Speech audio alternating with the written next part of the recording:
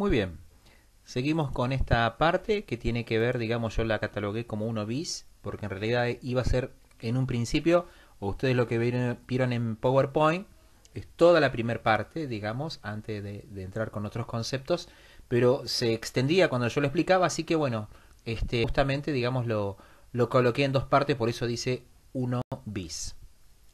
Seguimos. Vamos a hablar de alteraciones del equilibrio del sodio. Perdón. Dice, la hiponatremia es una concentración sanguínea de sodio inferior a la normal, ¿sí?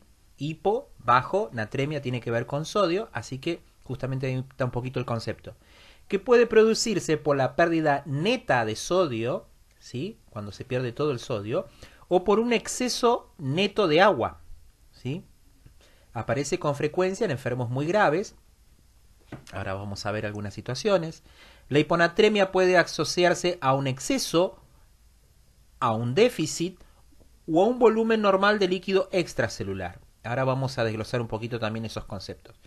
Dice, cuando se produce una pérdida de sodio, el organismo se adapta inicialmente reduciendo la excreción de agua a fin de mantener la osmolalidad plasmática dentro de los valores normales. ¿Se acuerdan cómo lo hacía, o parte, digamos, de cómo lo hace? ¿Se acuerdan de la ADH, de la hormona antidiurética? Bueno, justamente empieza a funcionar esta hormona. Dice, si la pérdida persiste, el organismo continúa preservando el volumen sanguíneo e intersticial, o sea, puntualmente en los tejidos. Sin embargo, la hiponatremia ocasionada por la pérdida de sodio puede dar lugar al final a un colapso vascular y a un cuadro de shock. Fíjense lo grave que puede llegar a ser los bajos niveles, digamos, de sodio en sangre. Dice, la hiponatremia puede originar alteraciones neurológicas graves, esto subrayenlo o anótenlo, causadas por acúmulo de líquido en las células cerebrales mediante ósmosis. Debe anotarse cualquier signo de descenso de la natremia para poder instituir el tratamiento adecuado. Fíjense qué grave que puede llegar a ser este desequilibrio hidroelectrolítico, ¿sí? Puede llegar justamente a ocasionar un colapso vascular o a un cuadro de shock. Dice, por su parte, la hipernatremia, o sea, cuando está elevado, es una concentración de sodio superior a lo normal en los líquidos extracelulares, que puede ser ocasionada por una pérdida excesiva de agua o por un exceso global de sodio. Fíjense, estos conceptos hay que volverlos a repasar. Yo los digo un poquito rápido, digamos, por cuestión de tiempo y para no aburrirlos. Pero vuélvanlos a leer y vuélvanlo a interpretar, ¿sí? Cuando se produce hipernatremia, el organismo intenta conservar todo el agua que sea posible a través de la reabsorción renal. Acá está, otra vez va con B corta. Sin embargo, si la hipernatremia es prolongada, se producirá un aumento de la osmolalidad sérica, y de la presión osmótica intersticial, y el líquido se desplaza desde las células a los líquidos extracelulares, ¿sí? O sea que el organismo está intentando de una u otra manera, digamos, estar en homeostasis. En una primera instancia va a tratar de hacerlo, si no puede, se va a empezar a complejizar la situación, ¿sí? Dice, este desplazamiento hace que las células se retraigan, disminuyendo de tamaño e interrumpiendo la mayoría de los procesos fisiológicos celulares. Fíjense, ¿sí? Se disminuye en tamaño y algunos procesos, justamente, acuérdense, digamos, todo lo que tiene que ver con la carga electrolítica en sí misma, va a estar, digamos, fuera de los estándares, de los valores normales, ¿sí? Muy bien, seguimos. Alteraciones en el equilibrio del potasio. La hipopotasemia o hipocalemia, ¿sí? Por ahí lo van a ver también con K, hipocalemia, ¿sí? Acá dice calemia, ¿sí? No calcemia, porque calcemia tiene que ver con calcio, que es lo que vamos a ver después, ¿sí? Dice que es un trastorno en el que existe una cantidad inadecuada de potasio en los líquidos extracelulares, ¿sí? O sea, fuera de la célula. Cuando es severa la hipopotasemia, o sea, los bajos niveles de potasio, puede afectar a la conducción y funciones cardíacas, claro, especialmente en los pacientes que reciben preparados digitálicos, ¿sí? ¿Qué preparado digitálico puede ser? Y la digoxina es un preparado digitálico, ¿sí? O sea, determinados elementos que tienen función directa puntualmente o intrínsecamente, digamos, con la función cardiovascular. Dada que la concentración normal de potasio es muy pequeña, existe una escasa tolerancia a las fluctuaciones de los niveles secos. La causa más frecuente es el uso de diuréticos, ¿sí? Estamos hablando de la hipopotasemia, eliminadores de potasio como las tiazidas y los diuréticos de asa, ¿sí? Por eso hay algunos diuréticos que justamente evitan la eliminación de potasio y hay otros, digamos, que hace que se excrete libremente.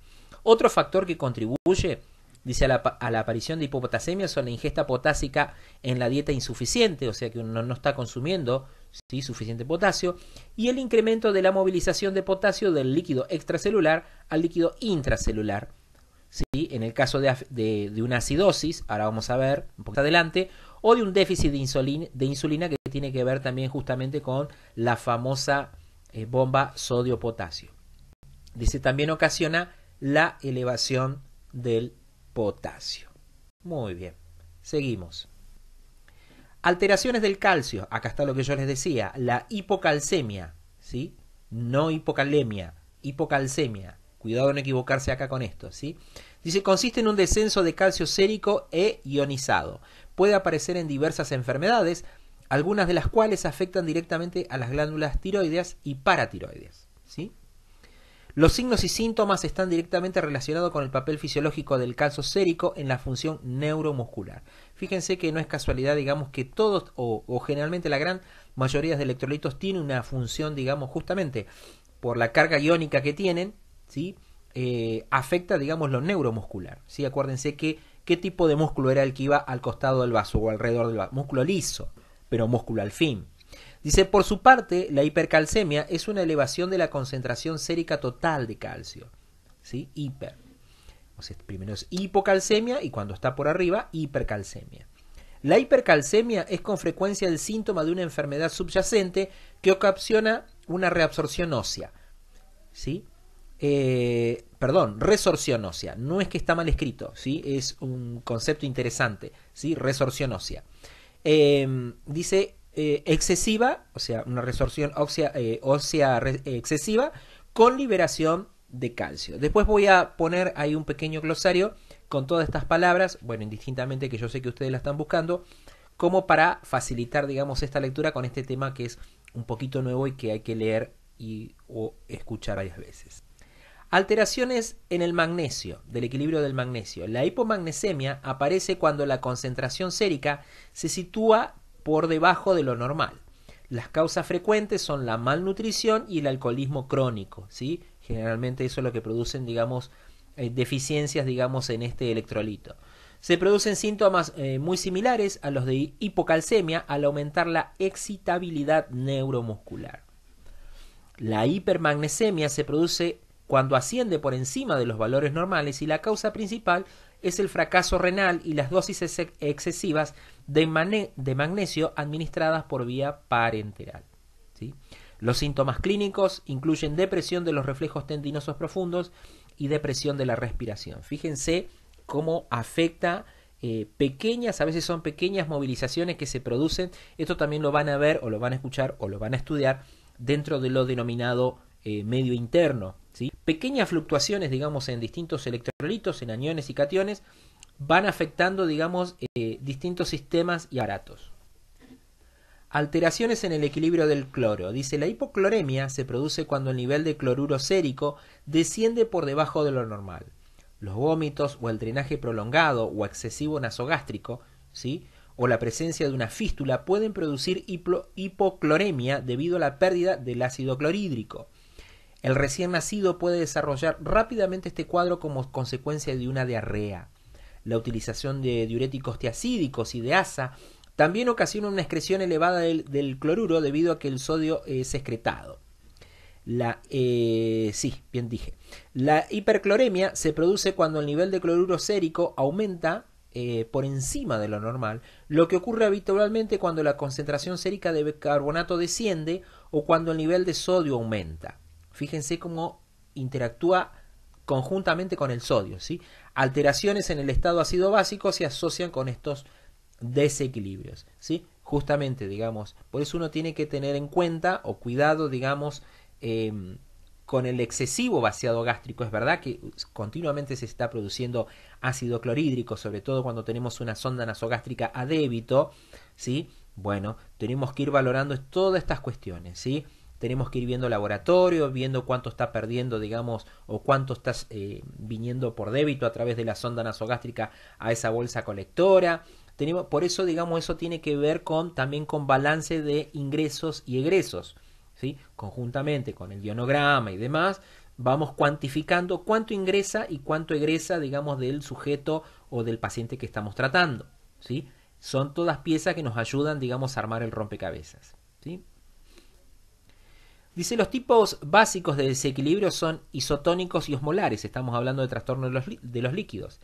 Existen déficit y exceso isotónicos cuando el agua y los electrolitos se han ganado o perdido en las mismas proporciones, ¿sí? Por el contrario, los desequilibrios osmolares son pérdidas o excesos solamente de agua, ¿sí? Fíjense la diferencia, ¿sí? De modo que se altere la concentración, la osmolalidad sérica, ¿sí? Se altera la concentración sérica. Desequilibrios isotónicos. Se produce un déficit del volumen líquido cuando el agua y los electrolitos se pierden en proporciones isotónicas. A menos que existan otros desequilibrios, los niveles séricos de electrolitos permanecen inalterados. Se consideran pacientes en riesgos a los que sufren pérdidas electrolíticas gastrointestinales. Lo que hace un rato estábamos hablando, ¿no? Cuando vimos un poquito la parte de cloro. Se afectan muy rápidamente con estas pérdidas los sujetos muy jóvenes y muy mayores, ¿sí? Los niños y los ancianos. Puntualmente los neonatos, ¿no? O también sí, los niños, ¿sí? Los niños de 2, 3, 4, 5 años, justamente cuando por ahí tienen diarreas, vómitos, ¿sí? La excesiva sudoración muchas veces. Otras causas pueden ser, bueno, acá está, las hemorragias, la administración de diuréticos, claro, también. La sudoración profusa, la fiebre y el aumento de la ingestión oral, ¿sí? El exceso de volumen líquido es la consecuencia de una retención de agua y sodio en proporciones isotónicas, lo que produce una hipervolemia con niveles inalterados de electrolitos séricos. Los pacientes en riesgo son aquellos con insuficiencia cardíaca congestiva, insuficiencia renal, cirrosis hepática, aumento de secreción de aldosterona, niveles aumentados de corticosteroides e ingestión anormal de sal. Por ejemplo, la administración rápida de líquidos puntualmente con sodio cuando hacemos administraciones endovenosas. Por eso tenemos que estar muy atentos al goteo. Por eso ya se está dejando de usar, digamos, las tubuladuras para goteo con chapita. Casi ya no quedan. Se están usando con ruedita y también casi ya no quedan. Lo ideal y lo mejor, digamos, es, digamos, a través de una bomba de infusión continua. Desequilibrios osmolares. Se presenta un desequilibrio hiperosmolar, deshidratación, cuando hay una pérdida de agua sin pérdida proporcional de electrolitos, especialmente de sodio, o cuando existe una sobrecarga de sustancias osmóticamente activas. Esto se traduce en un aumento de sodio sérico y de la osmolalidad y en la deshidratación intracelular. Finalmente se deteriora la función neurológica y puede presentarse una hipovolemia, ¿sí? Fíjense cómo una situación, como decíamos, va llevando a la otra, ¿sí? Hay que estar un poco atento a veces cuando ingresa un paciente por guardia central, por ejemplo, de que ingresa alterado, no ingresa por un traumatismo encefalocraneal, de un momento a otro empezó a presentar alteraciones, uno ve en historia clínica, puntualmente en la parte de laboratorio, que no es solamente algo, digamos, que maneja el médico, sino que lo vemos y lo manejamos también en enfermería, ¿sí? Puntualmente un enfermero informado tiene que estar un poco al tanto de valores, digamos, de cómo está ese ionograma, sobre todo si tiene antecedentes este tipo de pacientes, ¿sí? Que puede ser inclusive diabéticos, problemas de tiroides, ¿sí? Generalmente están afectados a otro tipo, digamos, de enfermedad. Bueno, ahora vamos con esto, ¿sí? De alteraciones del equilibrio ácido-básico. Dice, las 4 alteraciones principales del equilibrio ácido-básico son acidosis respiratoria, alcalosis respiratoria, acidosis metabólica y alcalosis metabólica, ¿sí? Ahí están los 4 principios, digamos, o las 4 alteraciones del equilibrio ácido-básico, ¿sí? Empezamos con la primera, acidosis respiratoria. Dice que es una situación anormal, o sea que sale fuera de lo normal, ¿no? Caracterizada por concentración arterial, ¿sí? Elevada de dióxido de carbono, acá tienen la sigla, exceso de ácido carbónico, ¿sí? y concentración elevada de hidrogeniones, ¿sí? Puntualmente hay un pH disminuido. Cuando hay una acidosis, siempre vemos que hay un pH disminuido. ¿Disminuido de cuánto? De 7,35. La acidosis respiratoria se produce como consecuencia de la hipoventilación o por cualquier alteración que reduzca la ventilación.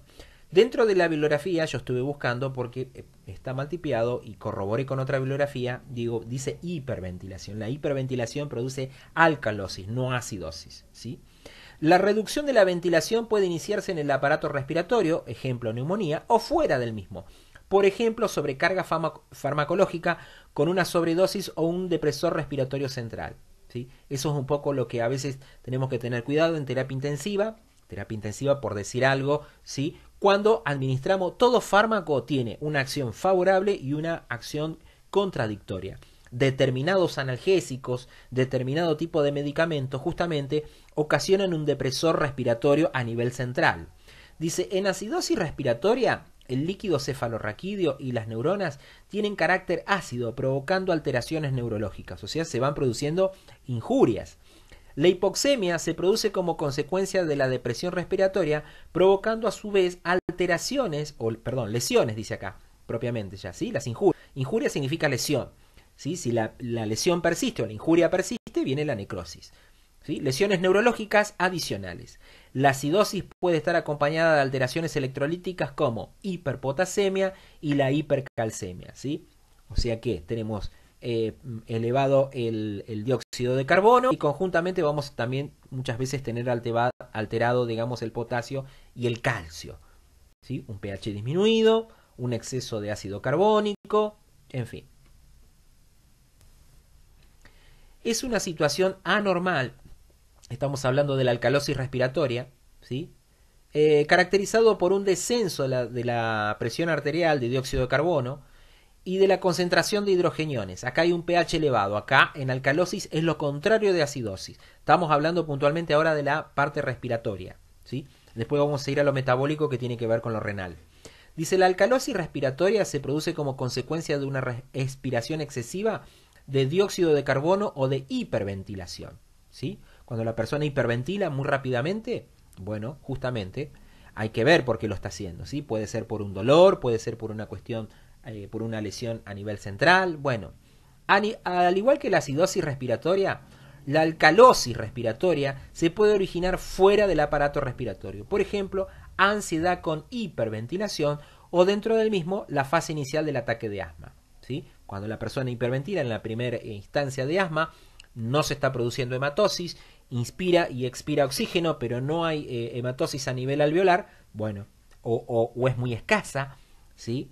Se asusta la persona, se conjugan estas dos situaciones, se ponen sinérgicas, bueno, justamente la persona empieza a entrar en alcalosis respiratoria. Acidosis metabólica es una situación anormal también, ¿sí? Siempre estamos hablando, en estas situaciones hay situaciones anormales, que se produce como consecuencia de la elevación de la concentración de hidrogeniones. Acá en acidosis, siempre que hablamos de acidosis hablamos de un pH descendido, ¿sí? ¿De cuánto? De 7,35. En los líquidos extracelulares, ocasionado por una pérdida de bicarbonato corporal, un exceso en la producción de hidrogeniones y la incapacidad de los riñones para excretar la carga ácida. Cuando hablamos de metabólica, digamos, tenemos que directamente vamos a la parte renal, ¿sí? Como, el gran órgano, digamos, que interviene para regular, ¿sí? Que en este caso no lo está pudiendo hacer o lo está intentando compensar. Existen muchas causas de la acidosis metabólica, ¿sí? Muy bien. Alcalosis metabólica. Es una situación anómala caracterizada por una pérdida considerable del ácido orgánico o por unos niveles elevados de bicarbonato. Cuando el bicarbonato está muy elevado, justamente ocasiona también esto, ¿sí? Alcalosis, ¿sí?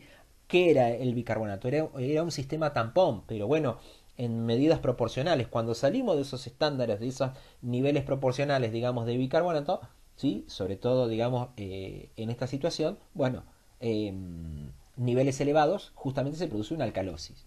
Dice, la causa más frecuente es el vómito. Fíjense, ¿sí? ¿Qué es lo que vimos? Me viene rápidamente a la memoria, digamos, cuando vimos un poco lo de bulimia y anorexia. Fíjense, personas que son bulímicas, ¿sí? Que ingieren y que después vomitan, Bueno, justamente, digamos, eh, indistintamente, digamos, de la alteración psiquiátrica, psicológica, digamos, que está teniendo la persona, está afectando también directamente su parte biológica al producirle una alcalosis metabólica, ¿sí? Dice, la alcalosis metabólica también puede aparecer cuando un paciente con alteraciones de acidez gástrica ingiere grandes cantidades de bicarbonato sódico. Claro, mucha gente, digamos, ingiere gran cantidad de bicarbonato sódico por gastritis y demás. Bueno, sí, por un lado favorece, pero bueno, hay que ver cuál es el trasfondo de esa gastritis en sí mismo. ¿Es nerviosa? ¿Existe Helicobacter pylori, que es una bacteria que produce esa gastritis? Bueno, la persona no la está tratando con la medicación adecuada, con los antibióticos y demás. Bueno, justamente, digamos, y ingiere solamente grandes cantidades de bicarbonato que transitoriamente le va a aliviar esa pirosis gástrica, pero tarde o temprano va a entrar en la alcalosis metabólica.